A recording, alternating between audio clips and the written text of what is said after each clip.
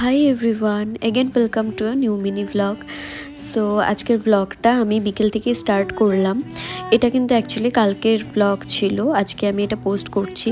তো বিকেলবেলা আমি খাওয়া দাওয়া করে একটু রেস্ট নিয়েছিলাম। এরপর আমি একটু রেডি হয়ে নিচ্ছিলাম বেরোবো জন্যে।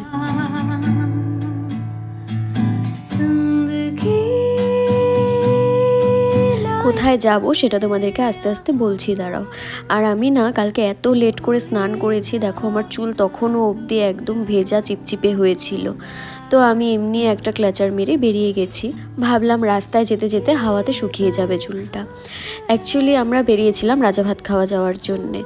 আমার তো মেন ইচ্ছে ছিল ডিমাতে যাওয়ার, অনেক দিন ধরে বলছিলাম যে ডিমাতে যাব, বাট কিছু না কিছু প্রবলেমের জন্য আর হচ্ছিল না। আর আজও কিন্তু হয়নি যাওয়া, কারণ আমাদের বের হতে হতে প্রায় অন্ধকার হয়ে গেছে। আর এই দেখো আজকে এত একটা বাজে এক্সপিরিয়েন্স হলো রাজাভাত খাওয়া যেতে গিয়ে। তোমরা কতটা দেখতে পাচ্ছ বা বুঝতে পারছো জানি না, রাস্তায় অজস্র পোকাতে ভরেছিল। এই দেখো গাড়ির লাইটগুলোতে স্পষ্ট বোঝা যাচ্ছে।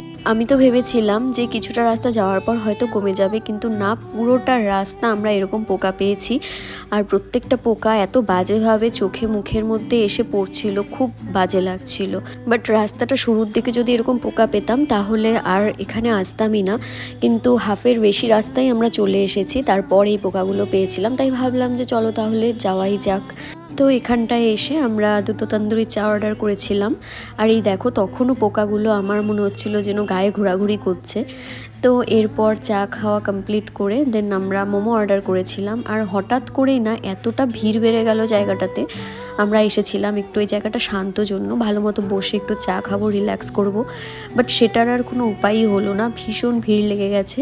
তাই আমরা আর বেশিক্ষণ বসিনি, মোমো অর্ডার করলাম, মোমোটা খেয়ে দেন আমরা ওখান থেকে বেরিয়ে গেছি।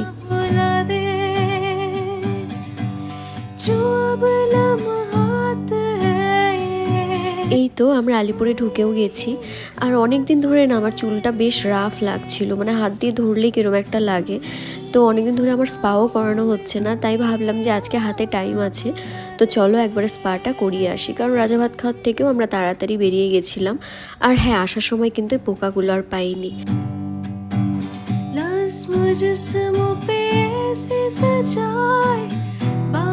এই তো ফাইনালি আমার হেয়ার স্পা করানো ডান। অ্যান্ড স্পা করার পর কিন্তু হেয়ারটা অনেক স্মুথ লাগছিল ধরতে। তো এরপর আমি ওখান থেকে বেরিয়ে চলে গেছিলাম স্মার্ট পয়েন্টে, কারণ আমার কয়েকটা গ্রসারির জিনিস নেবার ছিল। ওগুলো নিয়ে বাড়ি চলে এসেছি। আর বাড়ি ঢোকার সঙ্গে সঙ্গে বৃষ্টি স্টার্ট হয়ে গেছে।